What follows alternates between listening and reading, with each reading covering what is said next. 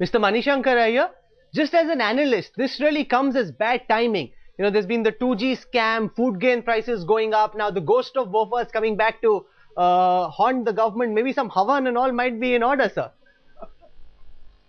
I don't know whether you want to employ a witch to drive away the ghost. I have no objection whatsoever to the I-T Tribunal doing its job. They have produced a report. It may be in the hands of people, but you know, we are not in the business of breaking news. So we have to study these reports. I have certainly not going to have any access to it, although I'd be happy if somebody showed it to me. As I understand it from your little reports, it seems as if Chadha is being targeted.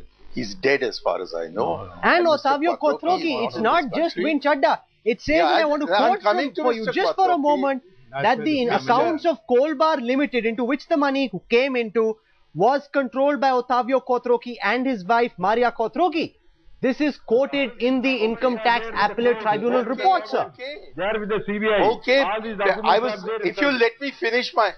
What a Go on, sir. Waste of a program. You give me a chance to explain. I just said about Chadha being dead, and about Ottavio Quattrocchi, I was about to tell you that when he was outside the country, a determined effort was made through the courts to get him repatriated to India, and that failed because the court said that you weren't able to produce adequate evidence. Now, if on the basis of the Income Tax Tribunal report, you can go back to the courts, you see what you can do, and all the very best to you.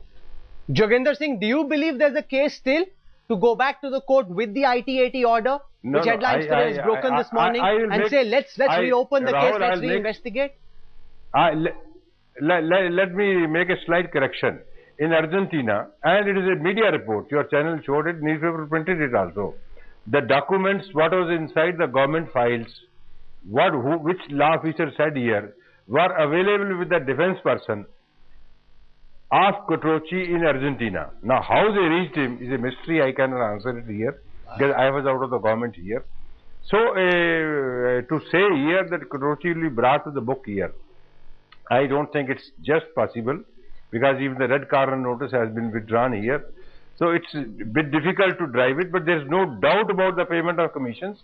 I have brought the documents. They have been filed in the court. They are part of the CBI records. They are in the government. Who received what commission? After a long report of letter rogatories, we got these documents from Swiss government. And if I remember correctly, Gate Milani Saab was representing Hindujas. And the case was, they were acquitted on the ground here that they are not the original certified copies here. Okay. Which are certified here. And beyond that, I mean, after that I had left the CBI. I don't know what happened, but I read in the papers. Mr. Subramaniam Swamy, it's been so many years. Is there any purpose in really trying to revive the case, given the fact that the courts, as Manishankar Iyer says, have turned down the appeal to extradite Ottavio Quattrocchi because there isn't enough evidence? No. If there's new evidence, the court is bound to look at it. If the old evidence was not properly analyzed, they are bound to look at it. I can say, as a person who has followed this case from the very beginning, that Quattrocchi's matter is concerned, there has been a conspiracy, and that conspiracy is the angle which the courts would be happy to look at. And Rahul, I'd just like to add one more thing. If you look at all the principal protagonists, every single person is dead except Ottavio Quattrocchi. Olaf Palme dead, Rajiv Gandhi dead, Chadha dead, Martin Ardbro dead. The only principal player left is Quattrocchi.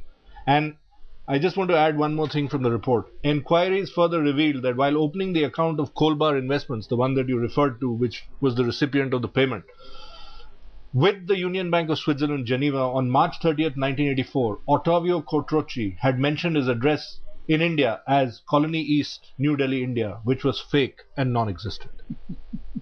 These are very, very serious and important revelations that have now been brought out and given official sanction by none less than the Income Tax Appellate Tribunal.